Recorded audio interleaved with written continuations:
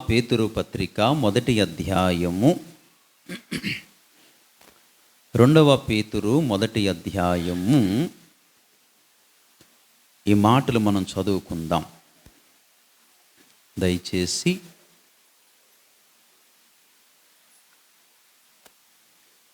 5వ వచనం కానించి, ఆ హేతువు చేతనే మీ మట్టుకు మీరు పూర్ణ జాగ్రత్త గలవారై మీ విశ్వాసమునందు సద్గుణమునందు జ్ఞానమునందు ఆశానిగ్రహమందు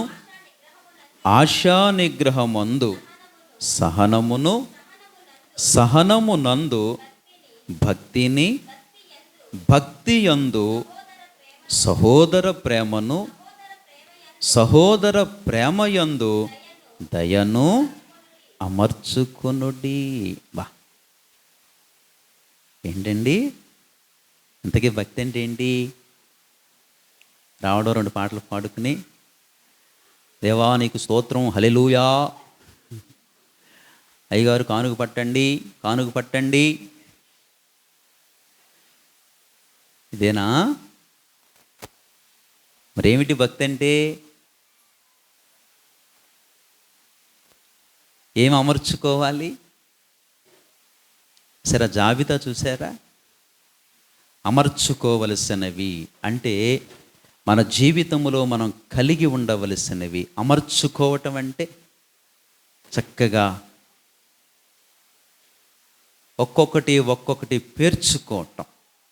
అమర్చటం అంటే చక్కగా ఇంట్లో ఆడపిల్లలు ఇల్లుని అమర్చుకుంటారు. ఏది ఎక్కడుండాలి, కిచెన్లో ఏముండాలి, బెడ్రూమ్లో ఏముండాలి కదా, అమర్చుకుంటారు. అంతేగాని కిచెన్లో పట్టుకెళ్ళి మంచం వేసి ఆ బెడ్రూమ్లో వంట సామాన్లు పెట్టుకొని ఎవరైనా చూసి తల కొట్టేసుకుంటారు. ఏంటండి? చక్కగా అమర్చుకుంటారు. అమర్చుకోవటం అంటే చాలా ఉన్నతమైన కార్యం. ఇక్కడ అన్నాడు 5లో, ఆ హేతువు చేతనే మీ మట్టుకు మీరు పూర్ణ జాగ్రత్త గలవారై. మీ మట్టుకు మీరు, నా మట్టుకు నేను, మీ మట్టుకు మీరు. ఏ జాగ్రత్త? ఈ జాగ్రత్త లేకపోతే భక్తి జీవితములో పరలోకపు మెట్టు మీదకు మనం అడుగు పెట్టలేము. ప్రభువుకు ప్రేమగలోళ్ళు కావాలి, కృపగలోళ్ళు కావాలి, దీర్ఘశాంతం గలోళ్ళు కావాలి. కఠినులు ఎందుకు? ప్రేమ లేనోళ్ళు ఎందుకు?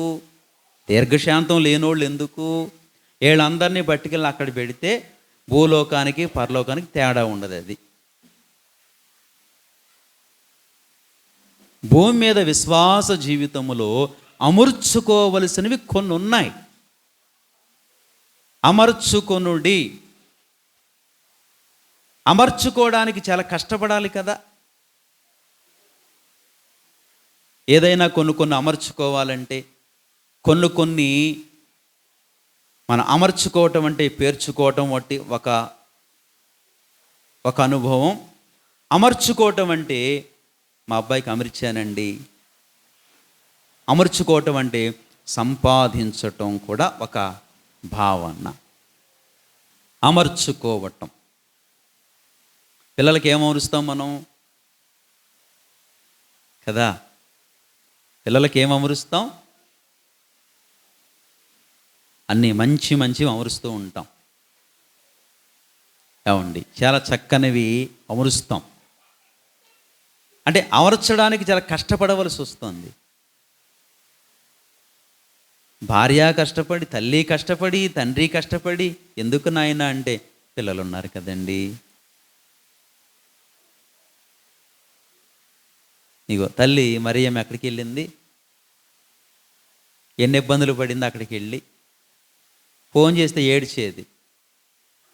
శివాజీ ఫోన్ చేసి ఇచ్చేవాడు, అయ్యా అత్తయ్య కోసం ప్రార్థన చేయండి అంటే ఏడ్చేది ఆవిడ. అమ్మ తీరా అక్కడ ఉన్నారు, ప్రభు సహాయం చేస్తారులే. ఎందుకు వెళ్ళింది ఆమె? ఏదో కొంత అమర్చుకోవడానికి. ఎవరిని వదిలి? కొడుకులను వదిలి, కూతుర్ని వదిలి. అంటే ఎన్నేళ్ళు ఉన్నారమ్మా అక్కడ? 2 సంవత్సరాలు. ఎంత నరకం అనుభవించి ఉంటుంది ఆవిడ అక్కడ? అది అనుభవించిన వరకే తెలుస్తుంది. ఇక రేపు పొద్దున గంగమ్మ వెళ్తుంది. పిల్లలు ఉన్నారు, అమర్చుకోవడానికి వెళుతుంది. యాక్చువల్గా మేము ఎవరికి పర్మిషన్ ఇవ్వం, తప్పదు. సరే అయ్యా వెళ్తానంది, సరే వెళ్ళిరామ్మా అన్నాం. అది ఎవరికి పర్మిషన్ ఇవ్వం, అలా బయటికి పంపించం. భర్తో చోట, భార్యో చోట. సరే ఆమె పరిస్థితులని వేరెక్క. మేము పర్మిషన్ అయితే ఇవ్వం, బయటికి పంపం. ఇక్కడ మాకు సాము ఊగాడు, దుర్గసాము ఊగాడు. అయ్యగారు కొయిటేసిపోతాం, ప్రార్థన చేయడం అన్నాడు. తోలు తీసేస్తాను అక్కడికి. ఆ స్వాతంత్ర్యం ఉంది, తోలు తీసేస్తాను అక్కడికి వెళ్తాం.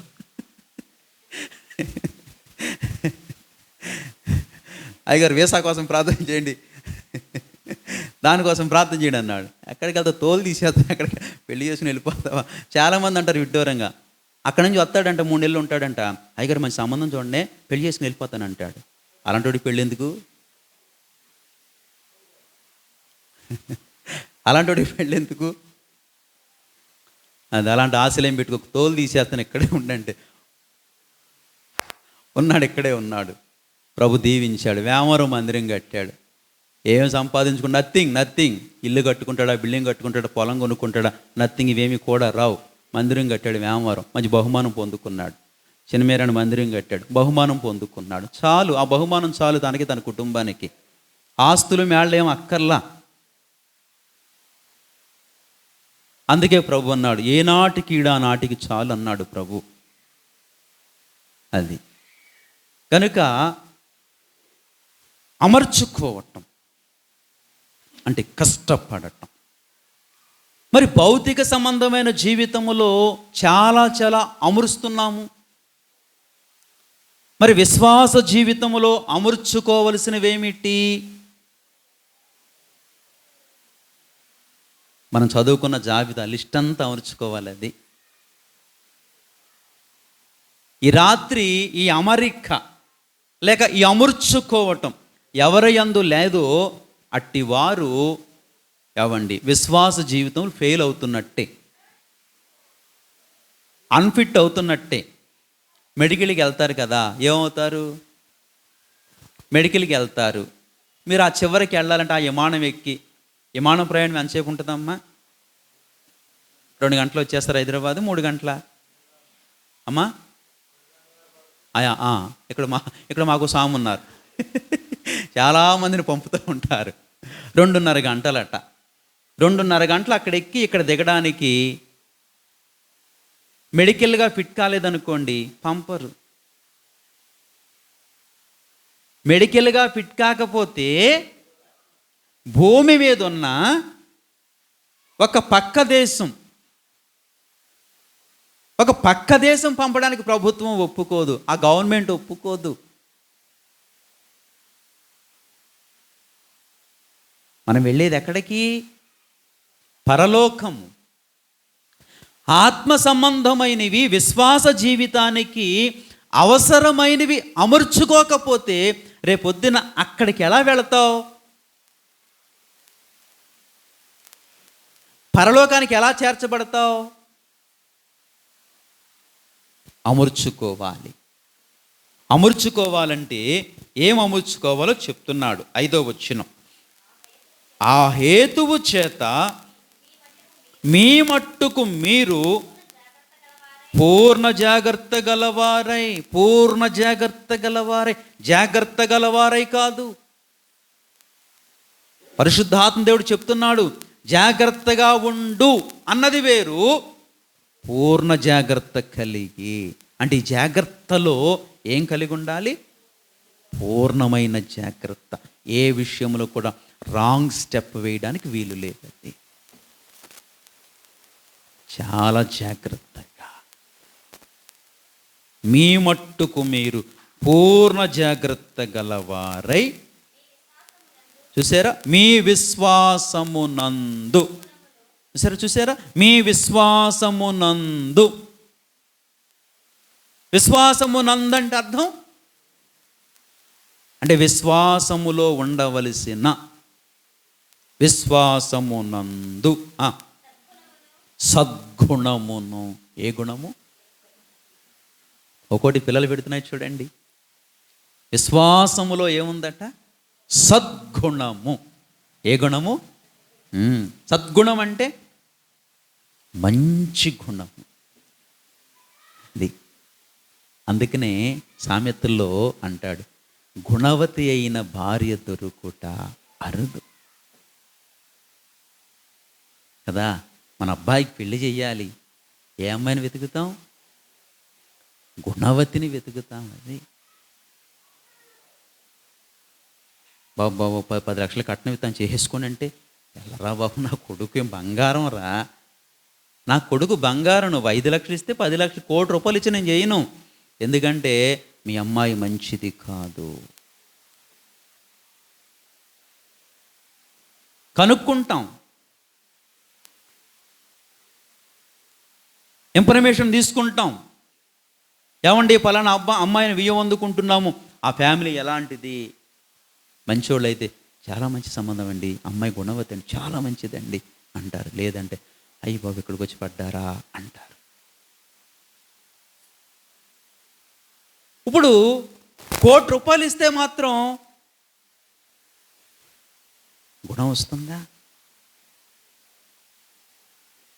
అందుకని గుణవతి అయిన భార్య దొరుకుట అరుదు. భూమి మీద ఒక భర్తకే భార్య కావాలంటే గుణవతి అయిన భార్య కావాలి. అప్పుడే వారి కాపురము నిండు నూరేళ్ళు సంతోషంతో ఉంటుంది. అట్లాగే భూమి మీద ఉన్న వ్యక్తికి గుణవతి అయిన భార్య ఎంత అవసరమో, పరలోకమందున్న మన ప్రభువైన యేసుక్రీస్తుకి ఏ భార్య కావాలంటే గుణవతి అయిన భార్య కావాలి. ఆ గుణవతి అయిన భార్యే సంఘము. ఆ సంఘానికి ఏముండాలంటే సద్గుణము. చూసారా? ఏ గుణం ఉండాలి? ఖచ్చితంగా సద్గుణము లేకపోతే రిజెక్ట్ చేయబడతాము. అది ఒక ఆమెలో సద్గుణము లేదు. ఎవరా రాణి? వస్తి. ఆల్రెడీ రాణి, పెళ్ళైపోయింది. 127 సంస్థానములకు రాణి, అందరికీ తెలుసు. అహష్వేరోషు భార్య ఎవరంటే వస్తి అని తెలుసు. అయితే ఒక సందర్భములో రాజుకి ఒక మంచి కోరిక కలిగింది. మంచి విందు చేయించాడు. కొన్ని దినాలు అనేక మంది రాజులు వచ్చారు, ఉపపత్నులు వచ్చారు, రాణీలు వచ్చారు, ఎందరెందరో వచ్చారు. మంచి విందు చేయించాడు. వాళ్ళందరికీ తన రాణిని పరిచయం చేద్దామని అన్నాడు. కౌరు పంపించాడు. వస్తీ రా అని పిలిచాడు. రాజు పిలిచినప్పుడు రావటం మానేసి ఏం చేసిందంటే సొంత తెలివితేటలు ఉపయోగించింది. రాజు పిలుపును భంగము చేసింది. రాజు పిలవగా రాజాసనము దగ్గరకు రాలేదు. అదే గుణం, అది దుర్గుణము. ఎవరి మాట వినకపోవటం. భర్త, రాజు అందరూ వచ్చారు. నా భార్యను పిలుస్తాను, నా భార్య యొక్క సౌందర్యాన్ని, నా భార్య యొక్క ప్రత్యేకతను చూడండి అని అనుకున్నాడు. రాలేదా? రాణియే. ఏమీ లేదు ఆమెలో? సద్గుణము అంటే భర్త మాట నెరవేర్చే సద్గుణము లేదండి. అంటే ఒక్క మాట చెప్పాలంటే శంకిణి అని చెప్పాలి. అది చాలామంది భార్యలు, అది మనం కాదు సుమా, మీరెవ్వరూ కాదు, ఏదో బయట అలాంటి విషయాలు తెలుస్తుంటాయి కదా. మీరందరూ మంచోళ్ళు. భర్త మాటకు తూచా దాటరు. భర్త ఏం చెప్తే ఎలవయ్యా అనరు.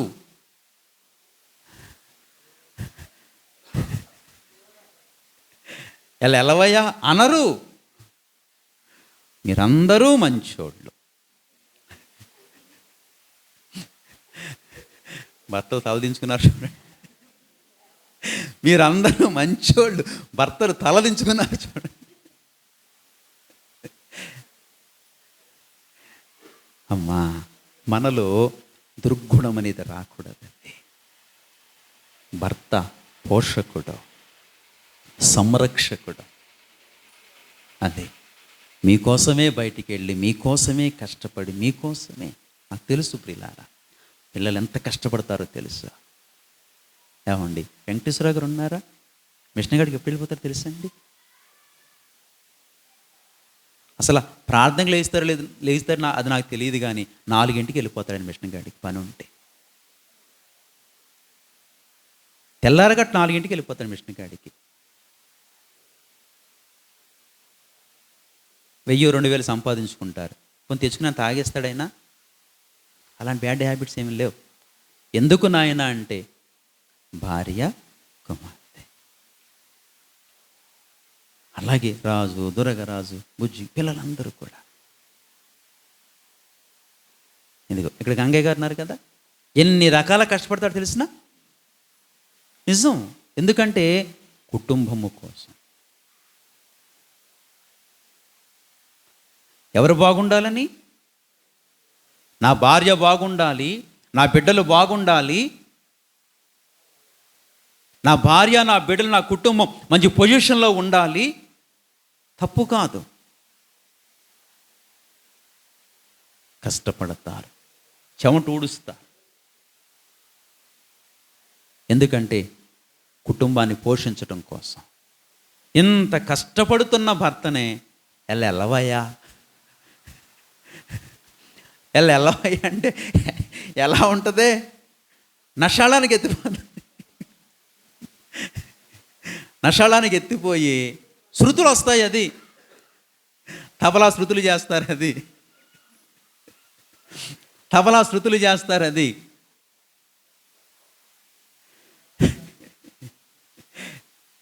అలాగునే ఆ రాజు పిలవంగా రాణికి గుణము లేదది, సద్గుణము లేదది. అందుకని ఏ స్థితిలోంచి దిగిపోవలసి వచ్చింది? అది అక్కడ ఆ సభలో ఉన్న వారందరూ రాజుకు ఒక ఆజ్ఞ ఇచ్చారు. రాజా, ఆమె నీ భార్య అనుకుంటున్నారు, మంచిది.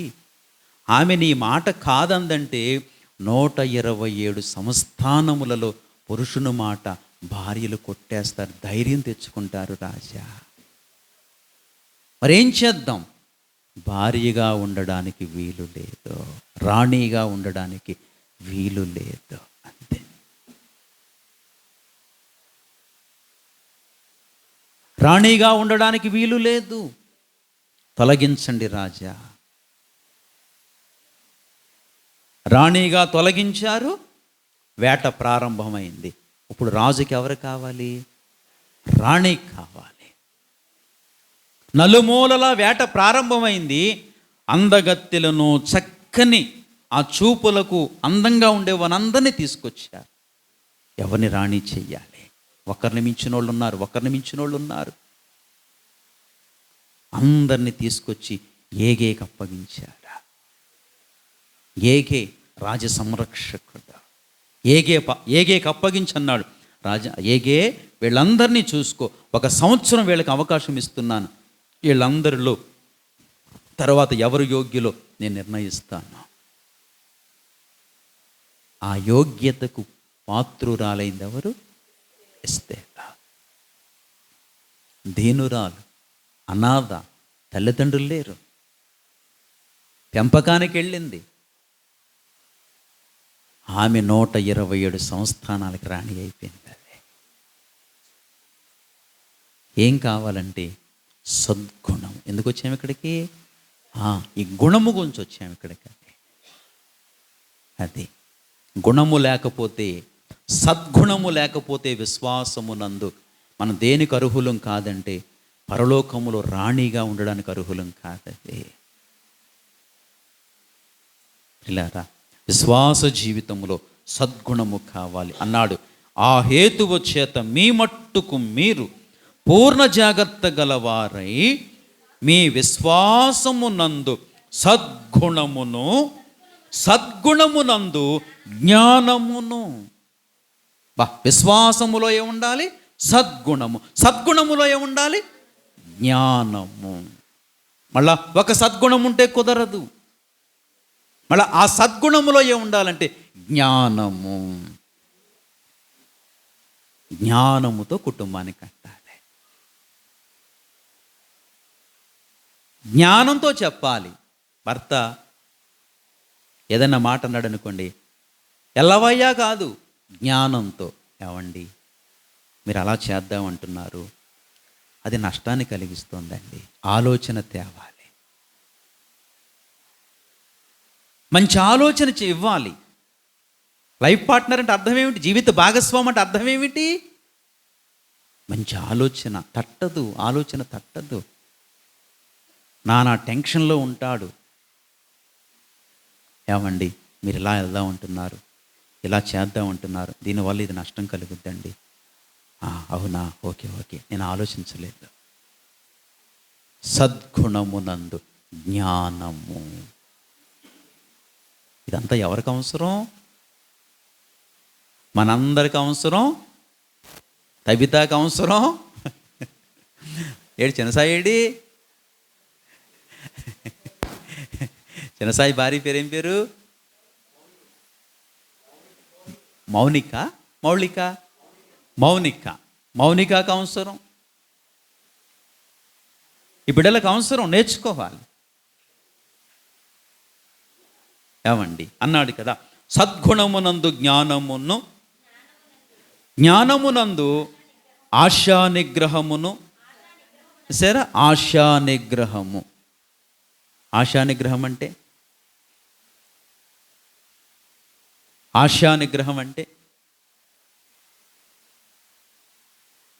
ఇప్పుడు ఆశ దేని మీదన్నా ఒక ఆశ కలిగింది. ఏమనంటే పండగ వస్తుంది, డిసెంబరు, అది జనవరి 1 వస్తుంది. ఏమండి అంటాం, ఏమండి ఒక 5,000లో చీర కొనుక్కుంటానండి. ఆయన అంటాడు, 5,000?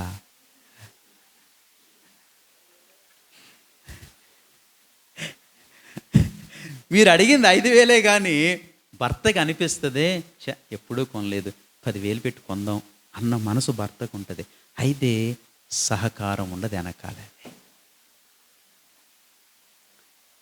అది ఆ ముసుగు లోపల మనసు చెప్తున్నాను, మనం ఏం తక్కువగా కంగారు పడతాం.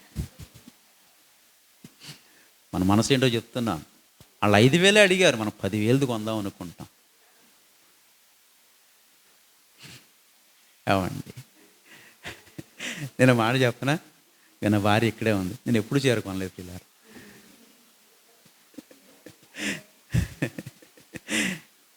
ప్రభు అలా నడిపిస్తున్నాడు. అది నేను ఎప్పుడు చేరకొనలేదు. ఆమె నాకు కొంటది. ఇది ఈ షర్ట్ ఆమె కొన్నదే.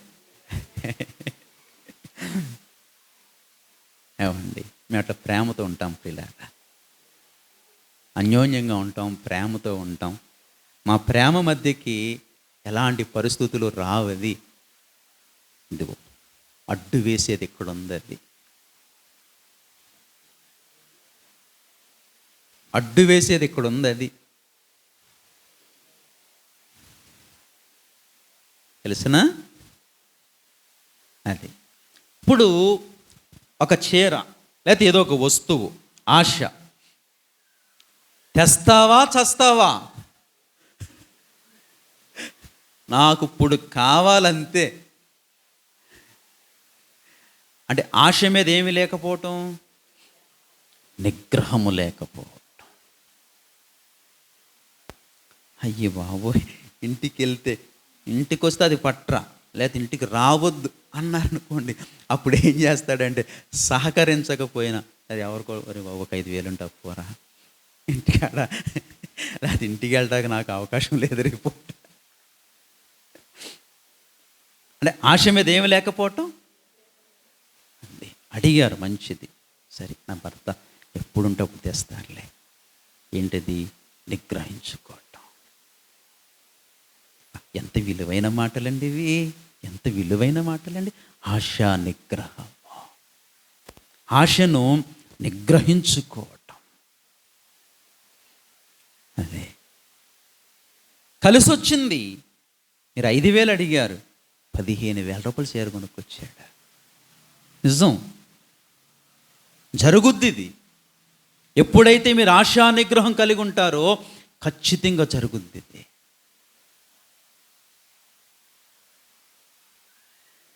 తెలుసునా? భర్త హృదయములో, అరే అడిగింది కొనివ్వలేకపోతున్నానే. ఏం అడిగింది నన్ను? ఒక్క చీర. ఏం అడిగింది నన్ను? అరే ఏం కలిసి వచ్చింది ఏదో ఒక టైంలో. 5,000 అడిగింది, ఇంకా మంచిది కొందాం. ఆ ఆశా నిగ్రహానికి ప్రతిఫలమే మంచి బహుమానం పొందుకుంటారా? ఆ మాట అర్థమవుతున్నాయా? ఏం కావాలి? అది విశ్వాసమునందు సద్గుణము, సద్గుణమునందు జ్ఞానము, జ్ఞానమునందు అది కట్టవలసిన విధానం, కుటుంబాన్ని కట్టవలసిన విధానం. ఎక్కడికి వచ్చాం? జ్ఞానమునందు ఆశా నిగ్రహమును, ఆశా నిగ్రహమునందు అమ్మా సహనమును. సరే అలా వరుస వచ్చేస్తున్నాయో. ఆశా నిగ్రహమునందు ఏముండాలట? సహనము. చాలా సహనం కావాలండి. అందుకే ఆడవారిని దేంతో పోలుస్తారంటే భూదేవితో పోలుస్తారు, భూమితో. అది భూమాత. అది అంటే అన్య రకంగా ఆలోచించకండి, అంటే దాన్ని కొలవాలని. భూమాత అంటే, మాత అంటే తల్లి. తల్లి అంటే అర్థం ఏమిటంటే భరించేదని అర్థం. అది ఈ భూమి ఎన్ని భరిస్తోంది? ఈ భూమి ఎన్ని భరిస్తోందంటే వర్షం వస్తే భరిస్తోంది, ఎండ కాస్తే భరిస్తోంది, ఎవరైనా తగలబెడితే భరిస్తోంది, మంచు భరిస్తోంది. అది మన ఇంట్లో పెంట అంతా ఎక్కడేస్తాం? బెడ్రూమ్లో వేసుకుంటామా? తీసుకెళ్ళి ఎక్కడేస్తాం? భూమి మీద పెంట, ఎక్కడో భూమి మీద ఏదో పాయింట్ భరిస్తుంది. అదే మంచి ప్రదేశాన్ని భరిస్తోంది, చెడ్డ ప్రదేశాన్ని భరిస్తోంది, మంచిని చెడ్డను అన్ని భరిస్తోంది. అందుకని భూమాత అంటే ఇంతగా భరించేది ఎవరంటే ఒక్క తల్లి ఒక్కతే, ఒక్క స్త్రీ ఒక్కతే. అది స్త్రీ ఎప్పుడు లోతుగుండే పిల్లగా, కష్టాన్ని పైకి కనపడనివ్వదు. అది మీరందరూ అలాంటి తల్లులే, నాకు తెలుసు. అలాంటి తల్లులు, అలాంటి చెల్లాయిలా నాకు తెలుసు. అది ఎందుకంటే మిమ్మల్ని లీడ్ చేసేది దేవుని వాక్యము. అది నా ధైర్యం. అది ఏమో గతంలో నాకు అనవసరం, గతంలో నాకు అనవసరం. ప్రభువు మీ హృదయంలోకి వచ్చిన కాడి నుండి, ప్రభువుని మీరు నమ్ముకున్న కాడి నుండి, ప్రభువుని మీరు విశ్వసించిన నాటి నుండి కూడా మీరు అట్లా సిద్ధపడుతున్నారు, అట్లా కట్టుకుంటున్నారు. అది నా నమ్మకం. అది సహనము. ఆశా నిగ్రహమునందు సహనమును, సహనమునందు ఎప్పుడు భక్తి అట? ఇవన్నీ కలిగిన వాడు చేసేది భక్తి. ఇవేమీ లేకుండా నేను భక్తి చేస్తున్నానంటే కుదరదు, ప్రభు అంగీకరించడు. సహనము లేకుండా భక్తి కాదు, ఆశా నిగ్రహం లేకుండా భక్తి కాదు, తర్వాత జ్ఞానము లేకుండా భక్తి కాదు. భక్తి ఎప్పుడు పెట్టాడు? ఇవన్నీ దాటుకొస్తేనే భక్తి. ఇవన్నీ దాటుకొచ్చిన తర్వాతే మనం చేస్తున్న భక్తికి వాల్యూ. సహనము లేకుండా, ఆశా నిగ్రహం లేకుండా, జ్ఞానము లేకుండా, తర్వాత ఏంట్రా? సద్గుణము లేకుండా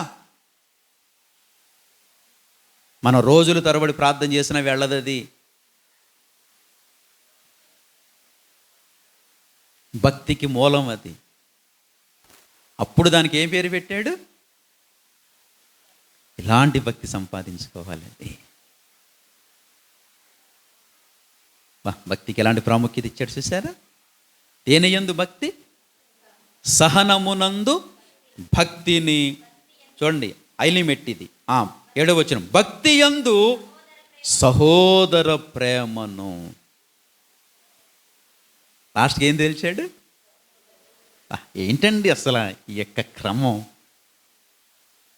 భక్తి యందు సహోదర ప్రేమ. ఆటోమేటిక్గా వచ్చేస్తుంది ప్రేమ. అది పైన అర్హతలన్నీ మనం కలిగి ఉన్నప్పుడు ఒక్కొక్క వ్యక్తి మీద సద్గుణము కలిగి ఉన్నవానికి, సహనము కలిగి ఉన్నవానికి, అలాగనే తర్వాత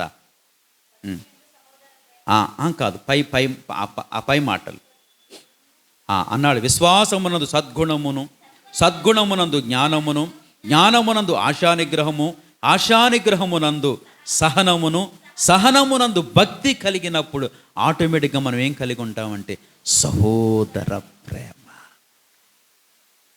సహోదర ప్రేమ యందు దయ. సరే, ఇవన్నీ భక్తికి విలువైన మెట్టులు. ఇవి లేకపోతే భక్తి కాదు. ఇవన్నీ భక్తికి మూలములు. అలాంటి భక్తిలోకి మనం అడుగు పెట్టాలి. అది అలాంటి భక్తి చెయ్యాలి. అది సహోదర ప్రేమ యందు దయను అమర్చుకున్నది. ఇవన్నీ కూడా వరుస ఒకదాని తర్వాత ఒకటి అమర్చుకుంటూ రావాలి.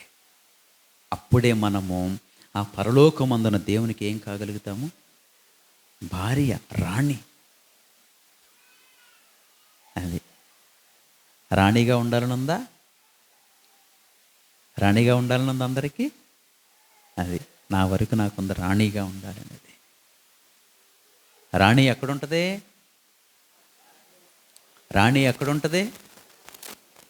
రాణి ఉండే చోటేది కదా. 40 కీర్తన చూడండి, 45 ఏవండి ఈ మాట చూద్దామా? రాణి ఎక్కడుంటుందో చూడండి. 45:9, నీ దయనొందిన స్త్రీలలో రాజుల కుమార్తెలున్నారు. రాణి ఓపీరు అపరంజితో అలంకరించుకొని నీ కుడిపార్శ్వమున నిలుచుచున్నది. ఎక్కడ రాణి ఉండేది? ఎక్కడ? కుడిపార్శ్వం అంటే ఇక్కడ. యేసు ప్రభుకి ఇక్కడ ఉండాలి. అది ఇది భార్య స్థానం. ఇది భార్యను ఎప్పుడు ఎడం పక్కన కూర్చోబెట్టకూడదు, అది తక్కువ చేయకూడదు. అది అందుకే సేవకులు ప్రతి వివాహంలో పెళ్లి కూతురు ఎక్కడ కూర్చోబెడతారంటే రైట్ సైడ్ కూర్చోబెడతారు. ఫోటోగ్రాఫర్లకు తెలియదు, అయ్యా ఆ పక్క అంటారు. మళ్ళీ వాక్యం చూపించి ఆ వివాదాన్ని తొలగించి, లేదు నాయన భార్య ఇక్కడే ఉండాలి, కుడిపార్శ్వాన్ని కూర్చోబెట్టుకోవాలి. నేను నా యేసయ్య కుడిపార్శ్వం మీద ఉండాలి. అది మనం అందరం ఉండాలి. అది గవరపేట సంఘంలో ఏ ఒక్కరు విడవబట్టడానికి వీల్లేదు. అందరూ ఈ స్థానంలోకి రావాలి. అది కుడిపార్శ్వమున. ఎంత ఘనతండి! అదే అందరూ వస్తారు. రాజుల కుమార్తెలు ఉన్నారు. కోటాను కోట్ల ప్రపంచముల మీద నుండి వాళ్ళందరూ వస్తారు. సడన్గా ఆశ్చర్యపోతారు, ఇక్కడ ఎవరున్నారు? ఏంటి నాయనా, ఆమెను పెళ్లి చేసుకున్నావేంటి? ఆశ్చర్యం కలుగుతుంది. నిన్ను చేసుకుందామని కొన్ని కోట్ల సంవత్సరాల నుంచి ఎదురు చూస్తున్నావు నాయన, ఆమెను పెళ్లి చేసుకున్నావా? ఈ కారణం ఏమిటి అంటాడు. ఇవన్నీ చెప్తాడు. అది ఈమెలో ఏమున్నాయో తెలుసునా? నాకు రాణిగా కావడానికి వాళ్ళు అంటారు, ఏనైనా అర్హతలేంటి అని అడుగుతారు. యోగ్యత ఏంటి? మాకు జ్ఞానము లేదా? మాకు అందము లేదా? మాకు మహిమ లేదా? దేవుడు అంటాడు, వాటన్నిటినీ మించి ఇదిగో వీరిలో ఉంది. రేపొద్దుని ఈ జాబితా అంతా చెప్తాడా. ఎందుకు రాణి అయిందో తెలుసా? ఎందుకు ఈ కుడిపార్శ్వం మీదకి వచ్చిందో తెలుసా? ఇదిగో మళ్ళీ ఈ మాటలు చెప్తాడు అక్కడ. ఈ మాటలు ఏమని చెప్తాడంటే 4వ వచనం కాడి నుంచి, మొదటి పేతురు ఆ మహిమ గుణాతిశయమును బట్టి ఆయన మనకు అమూల్యమును అత్యధికములునైన వాగ్దానములను అనుగ్రహించి ఉన్నాడు. దురాశను అనుసరించుట వలన లోకమందున్న భ్రష్టత్వమును ఈ వాగ్దానముల మూలముగా మీరు తప్పించుకొని దేవస్వభావమునందు పాలివారగునట్లు వాటిని అనుగ్రహించెను. ఏ స్వభావము? దేవస్వభావమునందు. ఏ స్వభావంలోకి వచ్చేస్తాము? దేవస్వభావం. అంటే దేవస్వభావం అంటే దేవుని యొక్క స్వభావము. మన స్వభావం వేరు, దేవుని స్వభావం వేరు. ఒకనాటికి మనం ఏ స్వభావంలోకి వచ్చేయాలి? దేవుని యొక్క స్వభావములోనికి. మన ఆలోచన దేవుని ఆలోచన, దేవుని ఆలోచన మన ఆలోచన అయిపోతుంది. అదే దేవస్వభావము. అది అసలు ఎలా పెళ్లి చేసుకున్నావు నాయన? ఎలా పెళ్లి చేసుకున్నావంటే మనం ఏ స్వభావంలోకి వచ్చామంటే దేవస్వభావములోకి. ఈ వాగ్దానముల మూలమున ఈ వాగ్దానములు అనుగ్రహించి ఉన్నాడు. దురాశలను అనుసరించుట వలన లోకమందున్న భ్రష్టత్వమును ఈ వాగ్దానముల మూలముగా మీరు తప్పించుకొని. దేవుడు చేసిన వాగ్దానమును బట్టి ఏం తప్పించుకుంటూ వస్తున్నాము? ఈ లోకములో ఉన్న భ్రష్టత్వము ఒక్కొక్కటిగా తప్పించుకొని. అది కుమిలిపోవద్దు. నాలో ఈ బలహీనత ఉంది, నాలో ఈ అవిధేయత ఉంది, కృంగిపోవద్దు. దేవుని వాగ్దాన మూలముగా, దేవుని కృప వాగ్దాన మూలముగా ఆ బలహీనత ఒక్కొక్కటి ఏం చేసుకుంటూ వస్తున్నాము? తప్పించుకుంటూ. అది మొన్నట కంటే నిన్న బెటర్, నిన్నటి కంటే ఈవేళ బెటర్, ఈవేళ కంటే రేపు బెటర్, రేపు కంటే ఎల్లుండి బెటర్. నిజం. మార్పు చూస్తున్నా నా బ్రతుకులో, మన జీవితాల్లో ఆ మార్పు కలుగుతోంది. ఎందుకంటే దేవుని వాక్యానికి అట్టి శక్తి ఉంది. ఏ మనుషుడు మార్చలేడు, ఏ సేవకుడు మార్చలేడు, కానీ మార్చగలిగేది ఆ వాగ్దానములే. లోకములో ఉన్న భ్రష్టత్వము నుండి తప్పించి ఎక్కడికి తీసుకొస్తున్నాయంటే దేవస్వభావంలోకి తీసుకొస్తున్నాయి. ఒక్కొక్కరు దేవస్వభావంలోకి వచ్చేస్తున్నారు. అది ఇక ధ్యానిస్తే చాలా టైం పడుతుంది. అక్కడ అన్నాడు, తప్పించుకొని దేవస్వభావమునందు పాలివారగునట్లు వాటిని అనుగ్రహించెను. వేటిని అనుగ్రహించాడు? దేవస్వభావంలోకి రావడానికి దేవుడు మనకు అనుగ్రహించినవేమిటి? ఎంతవరకు ధ్యానించామది. ఇవన్నీ దేంతో సమానము? వాగ్దానములతో సమానమది. ఇవన్నీ వాగ్దానాలు. ఇవన్నీ కలిగి ఉంటే నువ్వే స్వభావమో తెలుసునా? ఇవన్నీ కలిగి ఉంటే నేనే స్వభావమో తెలుసునా? అంతే, అనుమానము లేదంతే. అందుకన్నాడు ఆ హేతువు చేత. దేవుడు చేసిన వాగ్దానములు. అది వాగ్దానాలంటే మనం ఏదో భారీగా ఉంటాయి అనుకుంటాం. నీకు 10 ఎకరాల పొలం ఇచ్చునుగాక, మంచి బిల్డింగ్ కడుదువుగాక, సేవకులు దీవించేస్తారు. అమ్మో మరి సేవకులు జేబులు నిండాలి కదా. అలాంటి బోధ ఉండదు ఇక్కడ. అది అలాంటి బోధ ఉండదు ఇక్కడ. అది ఏమండి, నువ్వు బిల్డింగ్ కడుదువుగాక, నీకు అక్కడ పొలం కొందువుగాక, ఇలాంటివి ఉండవు. చేస్తున్న వాగ్దానం ఏంటో తెలుసునా? బాబు జాగ్రత్తగా బ్రతుకు, ఒళ్ళు దగ్గర పెట్టుకు బ్రతుకు, పూర్ణ జాగ్రత్తతో బ్రతుకు, అయితే తోలు తీస్తాడు దేవుడు అని చెప్తాం. అది ఇక్కడ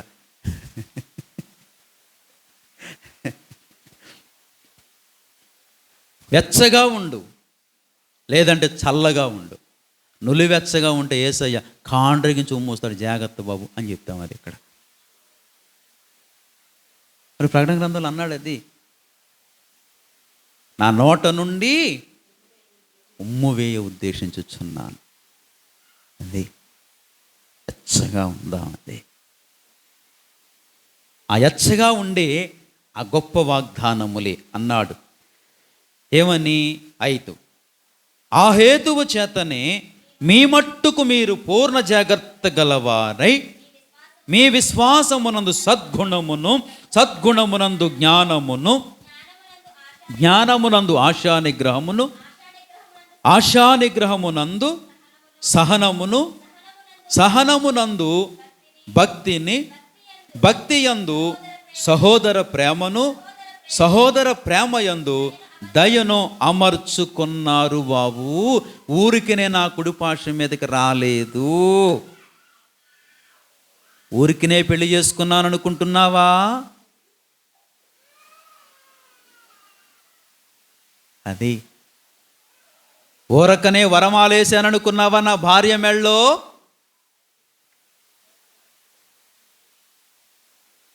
దేవుని ఎంపిక. పరలోక రాజదర్బారులో 2వ రాకడలో మనం అక్కడికి వెళ్ళిన తరువాత, ఎత్తబడిన తరువాత అందరి వలె మనం కూడా నుంచుంటాము. సంఘ కన్యకు నుంచుంటుంది. కోటాను కోట్ల ప్రపంచముల్లో అనేక మంది వచ్చి వాళ్ళు కూడా నుంచుంటారు. యేసు ప్రభు వరమాల పట్టుకొని తిరుగుతాడు. అందరు అనుకుంటారు, నా మెళ్ళేస్తాడు, నా మెళ్ళేస్తాడు, నా మెళ్ళేస్తాడు, నా మెళ్ళేస్తాడు. అందరు అనుకుంటారు. అలా యేసు ప్రభు వస్తుంటే ఇలా ఉంచుతారు, అలా దాటేస్తాడు, ఇలా ఉంచుతారు, అలా దాటేస్తాడు, ఇలా ఉంచుతారు, అలా దాటేస్తాడు. నాలో ఏమి లోపం ఉంది, నా ప్రభు దాటేశాడు. వాళ్ళందరూ అనుకుంటారు. అది తిరిగి తిరిగి తిరిగి అందరినీ చూసుకుంటూ చూసుకుంటూ చూసుకుంటూ చూసుకుంటూ వచ్చి ఆఖరికి ఎక్కడో లాస్ట్ని కనబడతామని అట్లా వేస్తాడు. అందరు అనుకుంటారు, ఏంటి యేసు ప్రభు ఇంత నల్లగా ఉంది, ఎంత నల్లగా ఉంది. అందుకే షోలమిత్ అన్నాడు, నల్లని దాననని చిన్న చూపు చూడకు. తెలుసునా? నల్లని దాననని చిన్న చూపు చూడకు. ఎందుకని? ఏ వాగ్దానాలు కలిగి ఉంది? ఈ లిస్ట్ అంతా కలిగి ఉంది. అది నల్లని దానాన్ని చూడకు. ఈ లిస్ట్ అంతా కలిగి ఏ స్వభావంలోకి వచ్చిందంటే దేవ స్వభావములోకి వచ్చింది. వాళ్ళందరూ మహిమ ఉంది, అంతస్తులు ఉన్నాయి, ఎన్నో ఎన్నో కృపలు ఆధిక్యతలు ఉన్నాయి. కానీ వారు ఏ స్వభావంలోకి రాలేదంటే దేవ స్వభావములోకి రాలేదండి. ఇదిగో ఈ అవకాశాన్ని సద్వినియోగం చేసుకుని ఈ వాగ్దానములు ఒకదాని వెంబడి ఒకటి అమర్చుకొని దేవ స్వభావములోకి వచ్చి ఒకప్పుడు ఎక్కడ నిలుస్తామంటే ఆయన కుడి పార్శ్వమందు నిలుస్తామంటే. ఇదా తండ్రి నీ కృప అంటారు, ఆశ్చర్యపోతారండి. అట్లాంటి మహిమకు సిద్ధపరుస్తున్నాడు దేవుడు. అది మన అమ్మాయి అచ్చమ్మగారు. అమ్మ ఆ పక్కన ఎవరు? మరి అమ్మగారేనా? ఓకే ఓకే అమ్మా, పెళ్లి పనులు అలసిపోతున్నారు. ఓకే విడిచిపెడతాను, పెందక్కడ విడిచిపెడతాను. ఇక రేపు ఒక్కరోజు అడావిడి. ఓకే మంచిది మంచిది. టెన్షన్ ఉంటుంది, ఎట్లా జరుగుద్దా ఏంటా వాతావరణం, ఎవరిని పిలవాలి, వాళ్ళందరూ ఎలా వస్తారు, ఎలా జరుగుతుంది, అంత టెన్షన్ టెన్షన్ టెన్షన్ టెన్షన్. అది ఏదేమైనా పర్వాలేదు, దేవుడు రేపు మహిమకరంగా జరుగుద్ది. అది అది ఓకేనా? ఏ స్వభావంలోకి రావాలి? దేవస్వభావం. దేవస్వభావంలోకి రావాలంటే కీలకాలు ఏమిటి? విశ్వాసమునందు ప్రారంభించాడు. అది అంటే దాన్ని ఒకటి ఒకటి ఒకటి ఒకటి ఒకటి ఒకటి అలా వచ్చేయాలి. అది అమర్చుకోవాలి. అమర్చుకోవటం అంటే లేని దాన్ని కలిగించుకోవటం. అది ఇంతవరకు మనకేమీ లేదు, విశ్వాసం ఒక్కటే ఉంది. విశ్వాసం ఒక్కటే ఉంది. ఇవన్నీ కూడా ఎక్కడో ఉన్నాయి. అది అవునా కాదా? నమ్మకంగా ఒప్పుకుందాం, అవునా కాదా? ప్రభువు నమ్ముకున్నాం, దేన్ని బట్టి? విశ్వాసమును బట్టి. ఆ విశ్వాసాన్ని బట్టి సాగిపోతున్నాం ఎంతకాలం. అది విశ్వాసం లోపల ఉండవలసిన ఇవన్నీ కూడా విశ్వాసము నందు కదా, విశ్వాసము నందు అమ్మా, విశ్వాసము నందు సద్గుణము, సద్గుణము నందు. అది ఇదంతా మ్యాగ్నెటిక్ అన్నమాట. అయస్కాంతం చూసారా, అట్లా ఒకటి ఒకటి ఒకటి అతుక్కుంటూ వెళ్ళిపోతాయి. అది అట్లా మన జీవితంలో విశ్వాసములో ఇవన్నీ కూడా అర్హతలు. ఏ స్వభావంలోకి రావడాకంటే దేవ స్వభావంలోకి రావడానికి. అది ఎంత గొప్ప ఆధిక్యత అండి. మాట్లాడుతుంటే హృదయం ఊగుతుంది పిల్లరా. ప్రభువా, ఇవి సంపాదించుకుంటే నేను ఏ స్వభావం అంటే దేవ స్వభావమే. ఇవి కలిగిన ప్రతి వ్యక్తి దేవ స్వభావము. అందుకే ఆయుషిస్తున్నాడు. అది లేదంటే మొదటి కరోనాలో మనం ఎందుకు చచ్చిపోలేదు? రెండో కరోనాలో మనం ఎందుకు చచ్చిపోలేదు? తెలుసునా? దేవ స్వభావంలోకి మార్చడానికి ప్రభు ఆయుష్కాలం ఇచ్చాడు. ఈ సందేశము కొరకు సిద్ధపరిచాడు. నేను ఇది అనుకోలా. రోమాపత్రిక 10:12 కాంచి ప్రారంభిద్దాం అనుకున్నాను. ఆయన చూసి ఆయన పాట పాడతాడు, ఆ పాట పాడించాడు. అక్కడి నుంచి ప్రారంభమైంది. ఇది దేవుని ఎంపిక, దేవుని ఆలోచన. అది నా మనసులో లేని వచనం. ఇది దీని కొరకు సిద్ధపరుస్తున్నాడు. అది అవును, ఎంతమంది చచ్చిపోలేదు? గొప్పోళ్ళమా? కరుణించాడు, ఒక అవకాశం ఇచ్చాడు. కుమారుడా, దేవ స్వభావములకి రా. ఇంతవరకు రాలేకపోయావు, విశ్వాసముతోనే సాగావు, దేవ స్వభావములోకి రా. ఇగో నీకు ఒక అవకాశం ఇస్తున్నాను. అది విశ్వాసం ఒకటే ఉంది. విశ్వాసము నందు ఉండవలసినవి చాలా ఉన్నాయి. కలిగి ఉండు, కలిగి ఉండు. దేవ స్వభావములకి రా. లేదంటే నా కుడి పార్శ్వం మీద ఉండలేవు, నా భార్యవి కాలేవు, పట్టపురాణి కాలేవు. అది ఎంత గొప్ప భాగ్యం అండి, ఎంత గొప్ప భాగ్యం అండి. ఈ భాగ్యానికి యోగ్యుల్ని చేశాడు ప్రియులారా. చాలా ఆశ్చర్యం కలుగుద్దండి ఎట్లాంటి మాటలు మాట్లాడుతుంటే. ప్రభువా, తర్వాత వింటూ ఉంటాను, ప్రభు నేనేనా మాట్లాడింది? నిజం ప్రియులారా, నేనేనా మాట్లాడింది? నేనెందుకు మాట్లాడి, నా ప్రభు మాట్లాడుతున్నాడు అన్నాడు. మాటలాడువారు మీరు కారు, నా తండ్రి ఆత్మ మీలో ఉండి మాటలాడుచున్నాడే. కానీ అది ఆ దేవ స్వభావం తీసుకురావడానికి, ఒక్కొక్కటి అమర్చుకోవడానికి, అది ఏమండి, ఒక్కొక్కటి అమర్చుకుందాం. అదే విశ్వాసమునందు సద్గుణము. మంచి గుణం పిల్లట, మంచి గుణం. అది నిజంగా ఎలాంటి గుణం ఉండాలంటే, రూతు గ్రంథము, ఒకసారి రూతు గ్రంథము, మా పేజీ నెంబర్ చెప్పండి ఒకసారి. రూతు గ్రంథము, దయచేసి చక్కని మాట, 200 20 ఓకే, అందరూ తీసుకోండి. అయినా రూతు గ్రంథము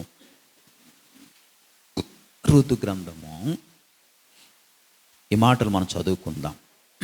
3వ అధ్యాయము, రూతు గ్రంథము 3వ అధ్యాయము 10వ వచనం.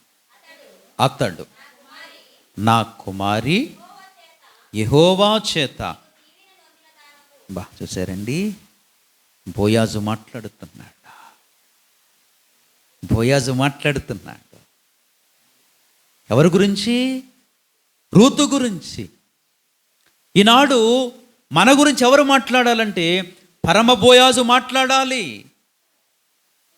ఏమనంటే అంటాడు, అతడు అనగా బోయాజు, కుమారి యెహోవా చేత నీవు దీవెన నొందిన దానవు.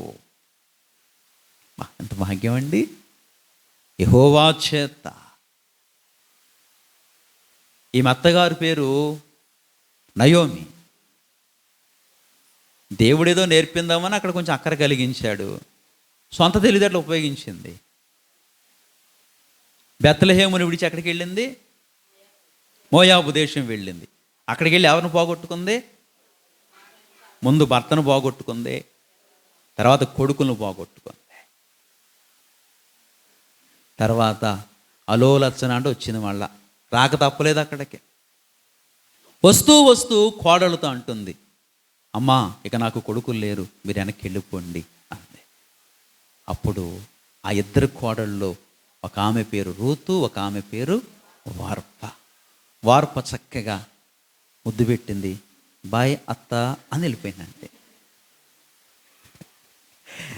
బాయ్ సీ యూ అని వెళ్ళిపోయింది.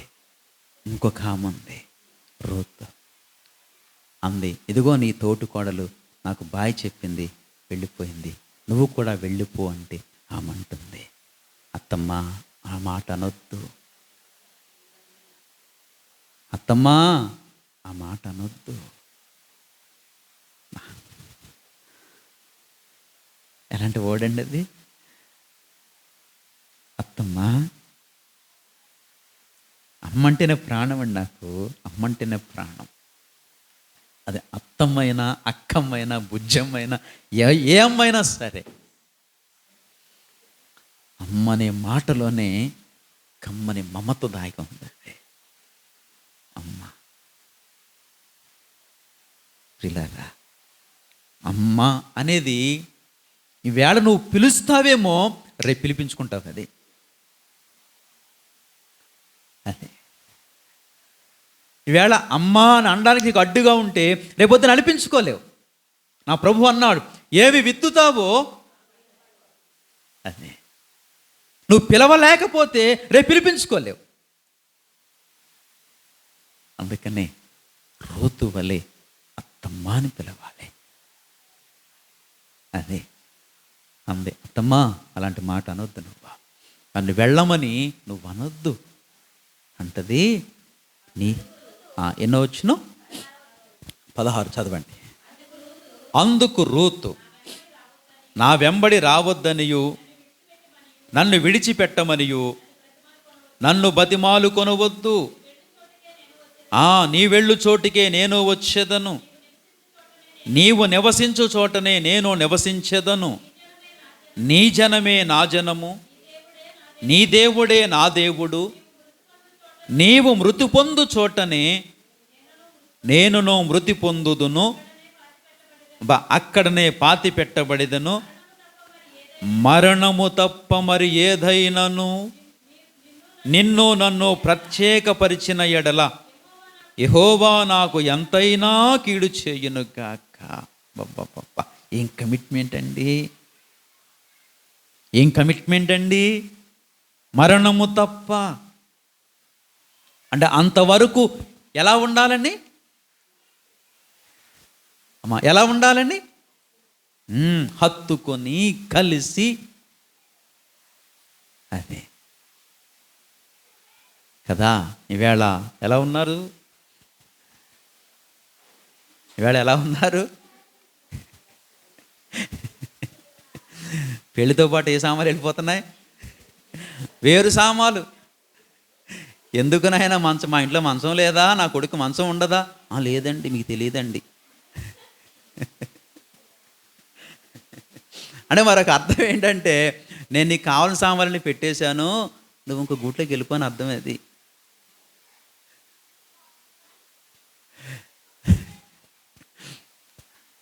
అవి ఒక్కసారి పెట్టేవి కాదు, నిజంగా చెప్తున్నాను. ఈవేళ స్టేటస్ కోసం, ఈవేళ ఏదో నేను ఇది పెట్టాను, నా కొడుక్కి నా కూతురికి ఇది పెట్టి చూపించుకోవడం కోసం, కానీ అవి అట్లా వచ్చే సామాన్లు కాదు. తల్లి మంచం, పిల్ల మంచం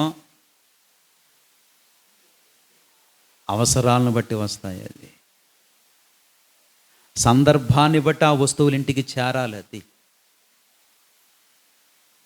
వీళ్ళన్నీ కలిపి ఇప్పుడు చూడండి, నిజంగా చెప్తున్నాను, ఇల్లు ఇరుకు అని తెలుసుండి కూడా ఆ ఇంటోళ్ళు ఏం చేస్తారంటే అన్నీ కొనేస్తారు. మరి ఇన్ని సామాన్లు పంపుతున్నాను, ఎక్కడ పెడతా ఇంట్లోనూ? ఇప్పుడు ఏం చూడాలి? ఇప్పుడు సరే, తెలివితేటలు, పనికిమాలిన తెలివితేటలు అన్నమాట. కుటుంబాలు కూల్చే తెలివితేటలు అన్నమాట.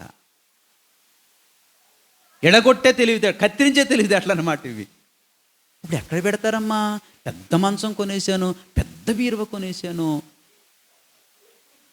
పెద్ద డ్రెస్సింగ్ టేబుల్ కొనేసాను, ఇప్పుడు ఎక్కడ పెడతారమ్మా ఇవే? అంటే ఇప్పుడు ఏం చేయాలి? ఇప్పుడు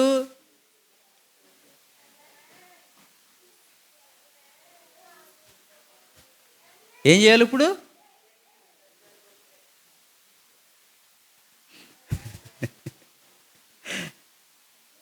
అది చూసారా? అంటే ఎంత కల్మషమో చూసారా? అంటే నా కూతురు నా కొడుకు అక్కడుంటే, అమ్మో కష్టపడిపోతాడు కదా. ఇలాంటి మనసులు మనకి ఎవరికి లేవండి, చెప్తున్నాను కదా. ఇలాంటి మనసులు మనకి ఎవరికి లేవు.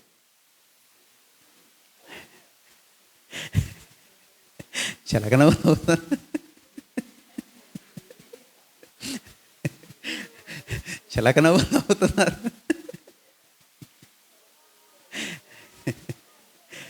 ఏమండి, కనుక అక్కడ ఆ మంటది, మరణము తప్ప నిన్ను నన్ను.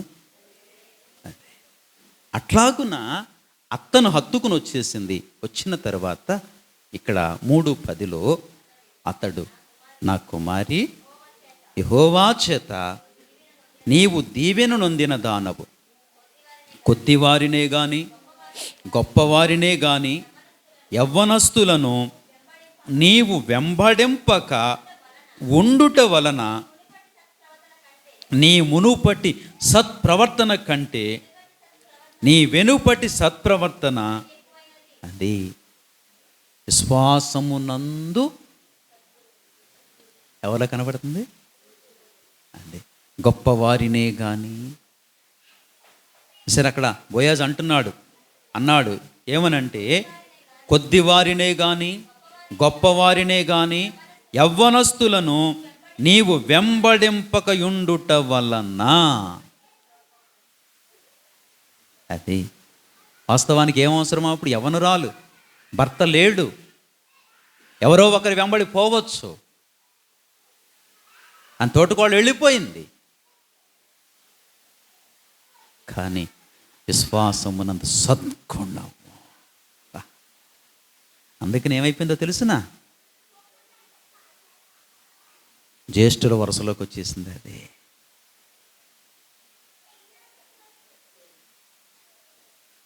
వరుసలోకి వచ్చేసింది. అది బోయాజు ఎవరిని కన్నాడు? బోయాజు నందు యెషయని, యెషయనందు దావీదు, దావీదు యేసుక్రీస్తుని.